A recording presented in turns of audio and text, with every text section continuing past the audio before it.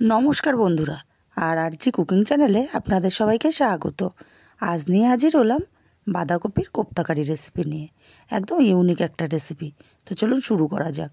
আমি এখানে হাফ বাঁধাকপি নিয়েছি আর এটা আমি ধুয়ে নিয়েছি। এখন একটা গ্রেটার নিয়েছি, গ্রেট করে নেবো বাঁধাকপিটা। আপনারা চাইলে হাত দিয়ে মিহি করে কুচিয়েও নিতে পারেন, তবে গ্রেট করে নিলে তাড়াতাড়ি হয়। কপিটা আমি সম্পূর্ণ গ্রেট করে নিয়ে অল্প একটু লবণ দিয়ে দিলাম। আর লবণটা খুব ভালো করে মাখিয়ে নেব, যাতে মনে হয় কপিটা অনেকটাই রান্না হয়ে গেছে। ঠিক এইরকম মাখিয়ে নিয়ে 10 মিনিট সাইডে রেখে দেবো। এখানে আমি দুটো আলু খোসা ছাড়িয়ে ধুয়ে নিয়েছি, আলুর দুটো গ্রেট করে নেব। আলু দুটো সব গ্রেট করে নিয়েছি আর আলুটা খুব ভালো করে ধুয়ে নিয়েছি। এখন এই আলুটা চিপে চিপে আমি যতটা সম্ভব জল ফেলে দেব।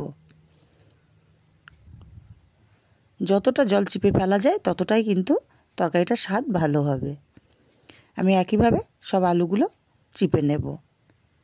আলুগুলো চিপে নিয়েছি। এবার বাঁধাকপি থেকে অনেকটাই জল ছেড়েছে। এখন বাঁধাকপিটাও হাতে নিয়ে খুব ভালো করে নিংড়ে নেব। যতটা সম্ভব পারা যায় জলটা নিংড়ে নিতে হবে, তাহলে তরকারির স্বাদটা পুরোপুরি পাওয়া যাবে।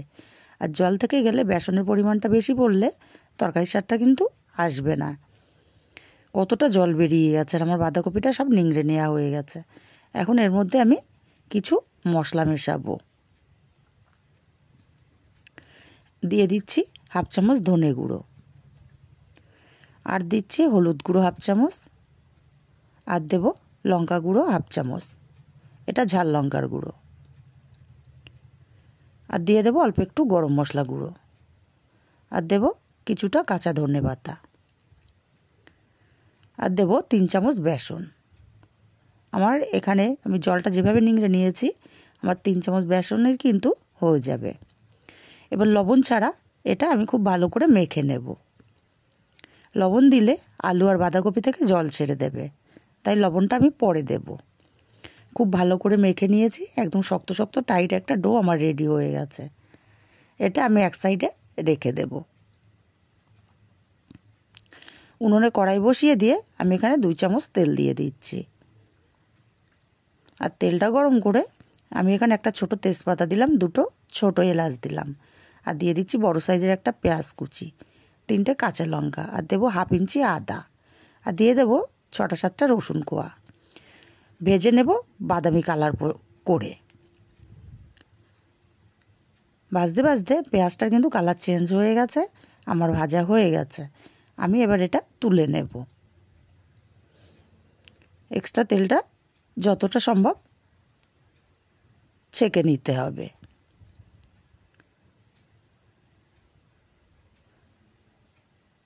আর আমি এই মশলাটা তুলে ঠান্ডা করে নেব। মশলাটা ঠান্ডা করে মিক্সচার জারে দিয়ে দিচ্ছি।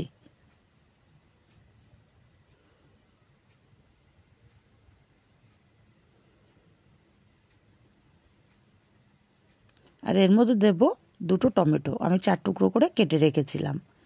টমেটো দুটো আমি ছোট নিয়েছি। একটা মিহি পেস্ট তৈরি করে নিয়েছি।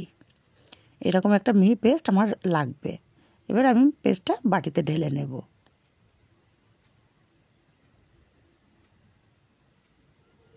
আর মিক্সচার জারে কিছুটা মশলা আছে, এটা আমি পরে কাজে লাগাবো। আর এদিকে আমি বাঁধাকপিটা যে মাখা ছিল এর মধ্যে দিয়ে দেব অল্প লবণ। লবণটা বুঝে দিতে হবে, কারণ বাঁধাকপিতে আগেও লবণ মাখানো ছিল। লবণটা দিয়ে ভালো করে মেখে নেব। লবণটা দিয়ে মেখে নিয়েছি। এখন হাতের মধ্যে অল্প অল্প করে নেব আর এটা কোপ্তার শেপ দেব। আমি চ্যাপ্টা করে দিচ্ছি, আপনারা চাইলে গোল করেও দিতে পারেন, তবে চ্যাপ্টা করে দিলে ভেতরটা খুব ভালো করে ভাজা হয়, অল্প তেলও লাগে। তেল খুব বেশি লাগে না। এইভাবে আমি তেলের উপরে ছেড়ে দেব। আমি আগের থেকে পেঁয়াজ ভাজা তেলের মধ্যে কিছুটা তেল দিয়ে রেখেছিলাম। এক এক করে কোপ্তা আমি ছেড়ে দেব। আর এই কোপ্তাগুলো গরম ভাতে খেতেও কিন্তু শুধু মুখে দারুণ লাগে। এবার এক পিঠ হলে আমি আরেক পিঠ উল্টে দেব, তবে আমি প্রথমে যেগুলো দিয়েছিলাম সেগুলোই উল্টে দেব। এইভাবে উল্টে পাল্টে আমি কোপ্তাগুলো বেশ কালার করে ভেজে নেব। কোপ্তাগুলো খুব সুন্দর কালার করে আমার ভেজে নেওয়া হয়ে গেছে। আমি কোপ্তাগুলো তুলে নেব।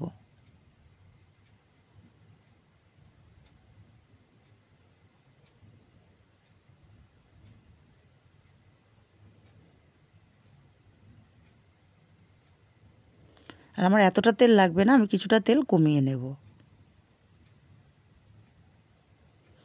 তেল কমিয়ে নিয়ে এর মধ্যে দিয়ে দিচ্ছি অল্প জিরে ফোড়ন আর একটু হিংটা ফোড়ন দিয়ে এবার দিয়ে দেব ভেজে বেটে রাখা মশলাটা। খুব ভালো করে মশলাটা কষিয়ে নিতে হবে। মশলা যত ভালো করে কষানো হবে তরকারির স্বাদ কিন্তু ততটাই ভালো হবে। মশলাটা খুব ভালো করে কষিয়ে নিয়েছি। এখন সেই মিক্সচার জারটা দিয়ে অল্প একটু জল দিয়ে দিলাম। দিয়ে দিচ্ছি 1/2 চামচ কাশ্মীরি লঙ্কার গুঁড়ো, এটা কালারের জন্য, আর 1/2 চামচ লঙ্কার গুঁড়ো, এটা ঝাল লঙ্কার গুঁড়ো, 1/2 চামচ হলুদ গুঁড়ো, আর 1 চামচ দিচ্ছি আমি ধনে গুঁড়ো। ধনে গুঁড়োর পরিমাণটা বেশি দিতে হবে, তাহলে তরকারির টেস্টটা খুবই ভালো আসবে। আবারও কিছুক্ষণ মশলাটা ভালো করে কষিয়ে নেব।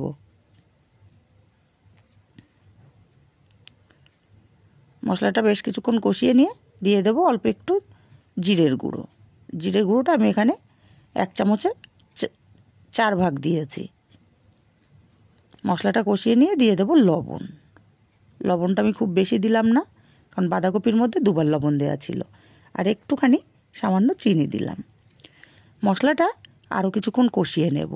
টোটাল মশলাটা আমি মিনিট 7 ধরে কষিয়ে নিয়েছি। এখন দিয়ে দিচ্ছি পরিমাণ মতো জল। জলটা দিয়ে আমি ফুটিয়ে নেব। তরকারিটা ফুটতে শুরু করেছে, একটু নেড়ে চেড়ে দিয়ে আমি এখানে কোপ্তাগুলো দিয়ে দেব। আর কোপ্তাগুলো দিয়ে আমি মিনিট 5 ফুটিয়ে নেব। 5 মিনিট পরে আমার কোপ্তা কারি রেডি। এখন নেড়ে চেড়ে দিয়ে আমি একটু গরম মশলার গুঁড়ো দেব, আর ওপর থেকে একটু ধনেপাতা কুচি ছড়িয়ে দেব। নেড়ে চেড়ে মিশিয়ে নিলে রেডি বাঁধাকপির কোপ্তা কারি। যদি রেসিপিগুলো ভালো লাগে অবশ্যই চ্যানেলটি সাবস্ক্রাইব করে পাশে থাকবেন।